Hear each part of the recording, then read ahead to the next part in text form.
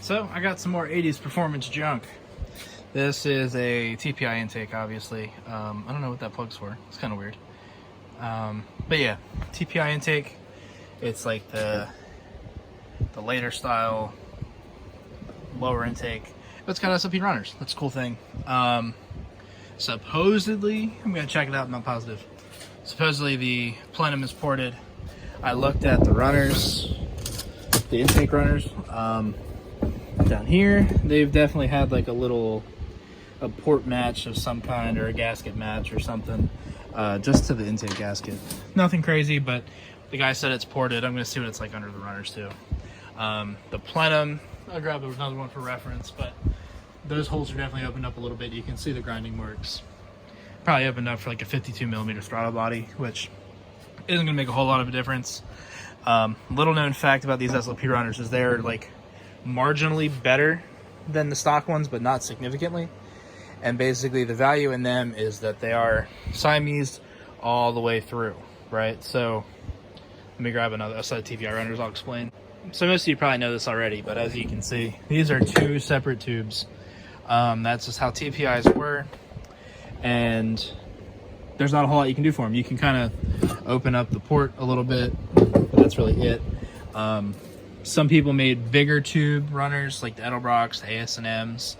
I think the Accel runners, they're all large tube runners. And then they had a larger base down on this side. So that was how they improved flow. The SLPs are what are called Siamese runners, where basically there's two tubes in here still. There's a dividing wall that goes all the way through. But because of that, you can do what's called Siamesing the runners, or porting the fuck out of it, basically. But I'll get this apart and I can show you. It'll make a little more sense that way. So this bolt, let's see how it looks. It doesn't look too bad. Focus, you fuck. You can see in that hole, the threads are a little chewed up. It was a real bitch to get that out of there. I had to pry against the runner to pull the head of the bolt. It was dumb, but oh, these are Siamese a little bit. Okay, cool. That's perfect for the explanation. You can see that wall has been knocked out and smoothed, and they've opened that port up a whole bunch. And then they smoothed out that on this side too. And then to do the 9th injector delete, they packed that bitch full of RTV, just as God intended, and put a pipe plug in it that looks like it cracked the flange a little bit, which kind of sucks. Probably shouldn't have done that, but I bet it seals up all right. That kind of sucks. Oh, they just they filled that whole tube up with fucking RTV. I'll have to see if I can get my buddy to weld that crack up. That sucks. It's like, okay, so say I get him to weld that up, then what do I do, right? Is that a crack or is that a scratch? I can't tell. I think it's just a scratch. That kind of sucks. I would have liked to have known about that before I paid the premium price I paid for this, because if you guys know anything about, Jesus Christ, this thing won't focus. Anything about TPI stuff, the aftermarket shit has gotten insanely expensive.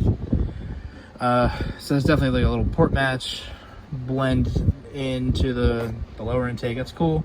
The strip bolt hole sucks. Plenum's definitely been ported. They knocked out the walls. I'll go grab the stock plenum for comparison. So for comparison's sake, I guess we can take this gasket off. You can clearly see the difference. And then at the front, the throttle body entry, you can see it's definitely marginally bigger.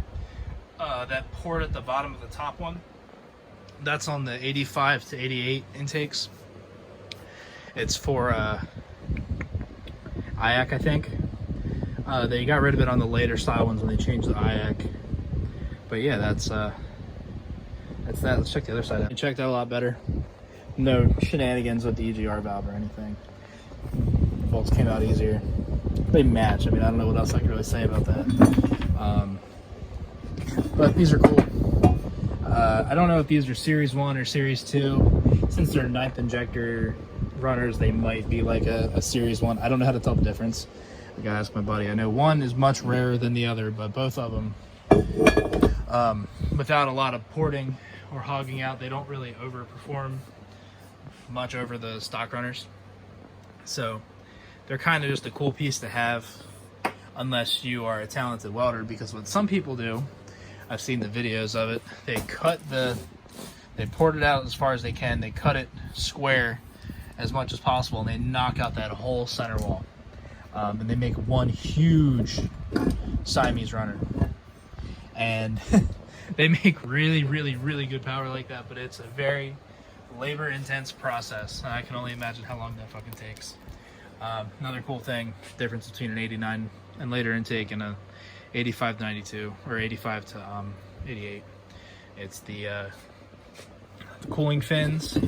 And you can see, this is an 88. This should be like an 89 or 90. It's also an 88. It's a later model. Let's see, what month was it? I can't tell. I don't know how to read these things. Or maybe it was an F-body versus Y-body thing. I don't remember, but either way. They're different. It's cool. I think my Trans Am and stuff, they're all the short style. Short style. This was clearly polished at 1.2. And so were the runners. I'm either going to cut and weld these for nitrous bungs, and then powder coat it, or I'm going to powder coat it and then sell it, or I'm just going to sell them as is. I'm not really sure. The ported base would be cool for the Trans Am that's going to get nitrous eventually. Same with the runners. I guess this would all be cool for the nitrous 305. That crack makes me a little nervous. I have a buddy that's coming to get something that can weld. I wonder if I can get him to weld that. But yeah, cool 90s fuel injection shit. Thanks for watching.